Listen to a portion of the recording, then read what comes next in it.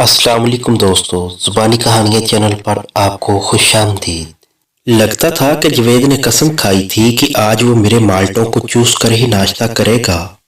उसने जल्दी से कमरे के दरवाज़ों को कुंडी लगाई और कार्रवाई शुरू की।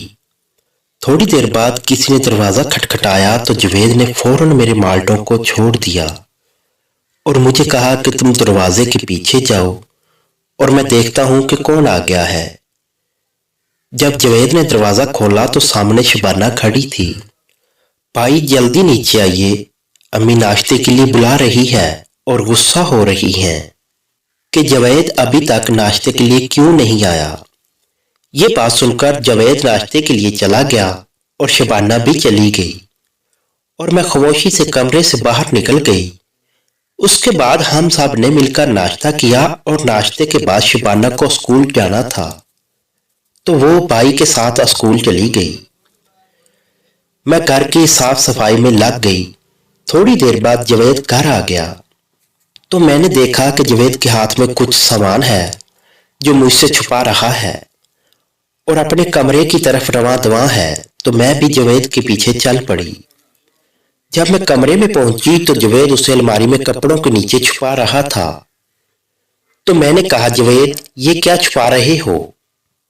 तो जवेद ने कहा कि अभी नहीं बताऊंगा, रात को जब तुम मेरे पास आओगी तो फिर तुम्हें तफसील के साथ बताऊंगा। लेकिन मैंने जिद पकड़ ली और कहा, जवेद मुझे बता दो ये क्या चीज है, मुझसे क्या शर्माना। तो जवेद ने कहा, ये वो सामान है जो मर्द हथियार पर चढ़ाता है और फिर जिस वक्त ये हथियार औरत की खेती को सिराब करने में मशगूल होता है तो उससे औरत हामला नहीं होती। तो मैंने कहा, जवेद क्या अब हम रोजाना कबड्डी करेंगे? तो जवेद ने कहा, सायरा अब मैं कबड्डी के बगैर रह नहीं सकता। मैंने भी कहा जवेद को कि जवेद अब मैं तुम्हारे हथियार के बगैर एक पल नहीं गुजार सकती। वो दिन और आज का दिन, इस बात को 4 साल हो गए हैं और आज भी मैं जवेद के हथियार से अपने आप को सिराब करती हूँ, क्योंकि माँ बाप ना मेरी शादी की फिक्र है और न जवेद की। इसलिए हम दोनों ने ये रास्ता निकाला है। हम दोनों आपस में भाई बहन हैं, लेकिन इसके बावजूद हम दोनों मियाँ बीवी की तरह रहते हैं। तो इसलिए माँ बाप को चाहिए कि वो अपनी औलाद की शादी जल्द कर दे। ऐसा ना हो कि आपके घर में भी, समझ रहे हो ना।